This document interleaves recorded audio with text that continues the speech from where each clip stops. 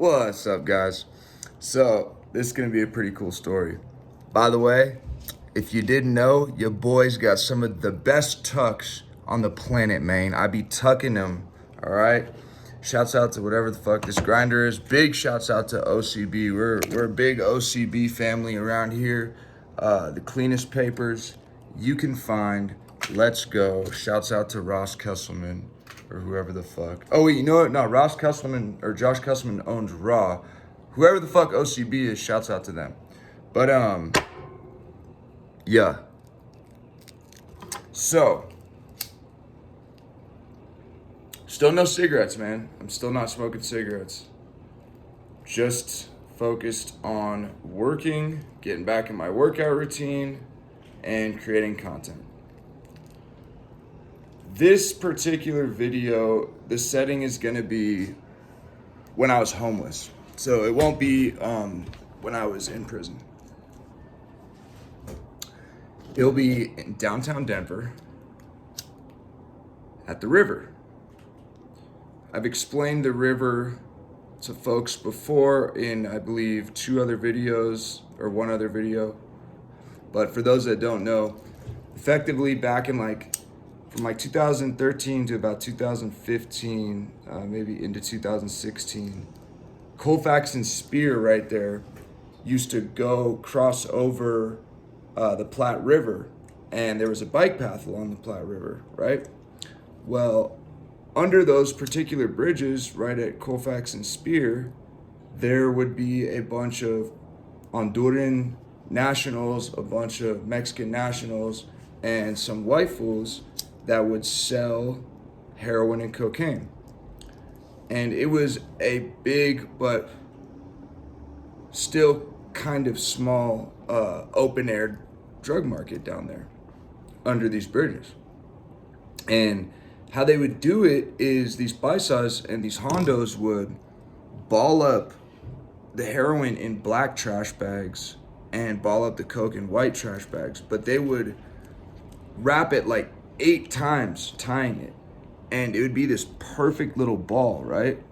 The half grams were about this big and the grams were about this big, and it would be this, like I said, perfect tiny little dope sack. Well, they would carry 8 or 12 grams of black and like 8 or 12 grams of white all in their mouth in these little bags, and they'd sit under these bridges, and you could go up to them with 25 bucks for a half gram or 50 bucks for a gram, hand them the money, they'd spit out the fucking bag and give it to you.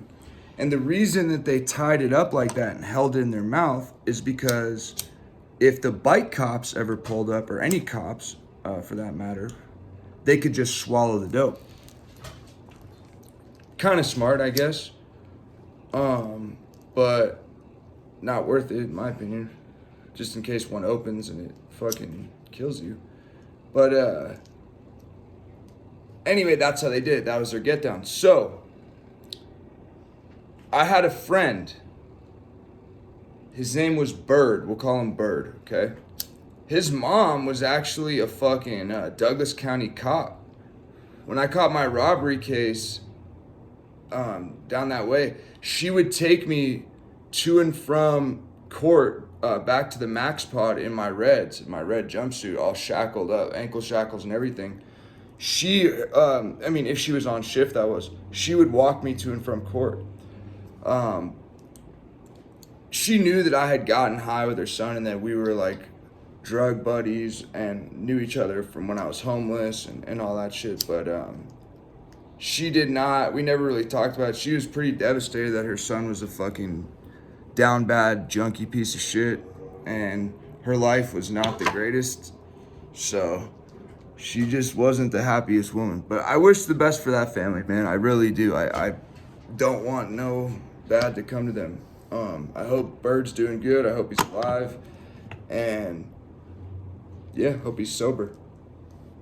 Whatever that may look like for him, Like I said, I still smoke weed. But anyway, back to the story. So I had this friend Bird, and he would go down there and sell heroin occasionally, just like the paisas in Honduras. And So, you know, I'm doing my thing. Like I said, I would go down there every day. I would try to steal colognes or steal, you know, anything from the mall. The Hondos loved like Chicago Bulls gear. They would always take any Chicago Bulls gear and stuff. They loved colognes, like I said, like Gucci colognes, fucking Louis V, whatever. And so I would always, you know, do that. I would like dumpster dive or go steal and hustle objects and material things to these fools in exchange for dope. Well, Bird would just go down there and sell dope and re-up and like stack as much as he could for the day and then go back do the next day. And he would like basically rip off every sack just a little bit.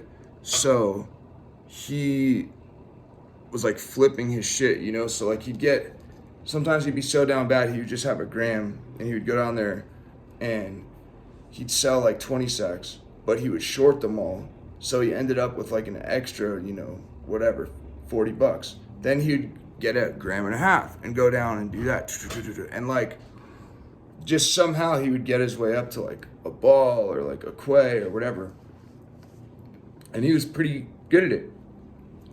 So I'd see him down there sometimes, semi-frequently. And this particular day, I go down and he's there. He's got the dope in his mouth and he's fucking standing next to the paisas and he's fucking chilling, right? Well, I go up to this fool and I had a couple colognes, but I had this phone that I had found and it had the fucking hello screen on it. It was an iPhone, like a blank fucking phone, right? So I was like, oh, I'm gonna get like 2 grams for this. Like, hell yeah, I'm excited. Like, whoop de whoop. And I'm talking to Bird for a second. He's like, nah. He's like, I need money. So I'm like, okay. So I'm talking to this Mexican fool. Well, there's a couple junkies next to us that are also trying to buy shit. And, excuse me, I hear one of them say, oh, fuck, it's the Jakes, fool. And literally, from the moment he said that, it took me like 1 second to look and find him. I seen him probably like 50 feet, 70 feet down the bike path. The bike cops, it seemed like within 2 seconds they had crossed that 70 feet and they were right there. Bam! Fucking, we're surrounded by like 8 cops. I'm like, whoa, fool. They're like everyone against the rail. There was a railing. Like I said, there was the Platte River right there.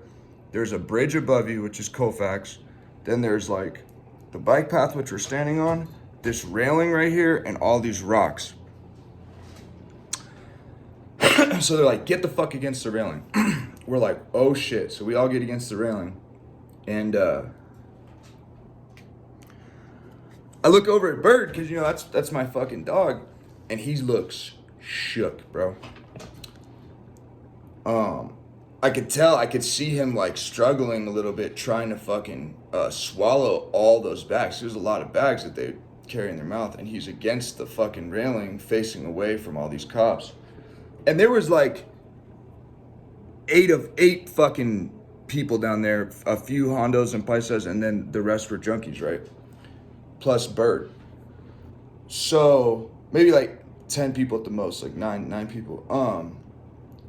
The cops are like, what's up? What the fuck you guys doing? Who's selling what? You guys know what time it is. Like, I know y'all know what area this is. Immediately, I start just playing it off as the dumb, ignorant junkie, because that's what I am at the time. I'm like, hey, man, because, you know, I have this phone. I have some colognes and shit. I'm just like, fuck it. I'm just going to tell these fools the truth, essentially. I was like, look, bro, I was just trying to sell these items that I found for money for my drug addiction. I'm being completely real with you. I am a heroin addict, but I'm just trying to sell these items to these people for money, like just trying to get my hustle on, bro. And the cop's like, really? I was like, yeah, straight up. He's like, so whose phone is that? I was like, I found this phone, dude. You can believe me or not, I straight up found this phone, and I did. I was like, I did not steal this shit. I was like, you can have it if you want, man. Fucking see whose it is. But straight up, like, I found this shit, dude. He's like, you found a brand new fucking cologne and a pretty nice phone? I was like, straight the fuck up. The cologne I had stolen, so that part's a lie. But I did find the phone. And he's like, okay, I'll buy it. He's like, I am gonna take this phone though and just try to get it back to the owner. And I was like, sure, man. Be my guest. So he takes it, but they're asking everyone. The guy's like, I'm gonna search you. You know what this area is, right? I was like, what this area is? He's like, yeah. Come on, fool. He's like, you're a junkie. He's like, you know what this area is. I was like, enlighten me. He's like, this is an open air heroin market primarily. You know, you get other stuff too, but this is a fucking heroin spot. You know what time it is. Fucking, I'm gonna pat you down. I'm like, send it, bro. Pats me down.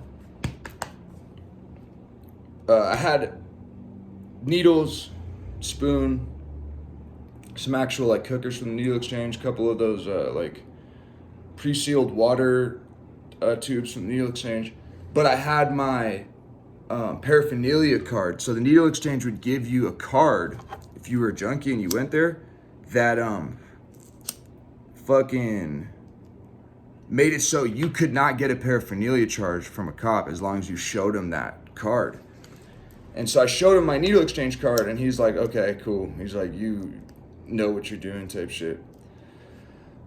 I was like, yeah. So I look over, and this dude, one of the Hondos is getting arrested. He's getting cuffed up. Wasn't able to fucking get his shit all the way swallowed. I probably should have led with that. Like, there was a little issue pretty much off top. Like, the cops got on that fool and like got the fucking dope out of his mouth. I'm sure he swallowed a couple, but so that fool's getting fucking arrested and shit. They're trying to figure out who he is. Like, probably have to contact ICE, fucking deport that fool, all that shit. It's serious. Like, them fools are straight up Hondurans and paisas.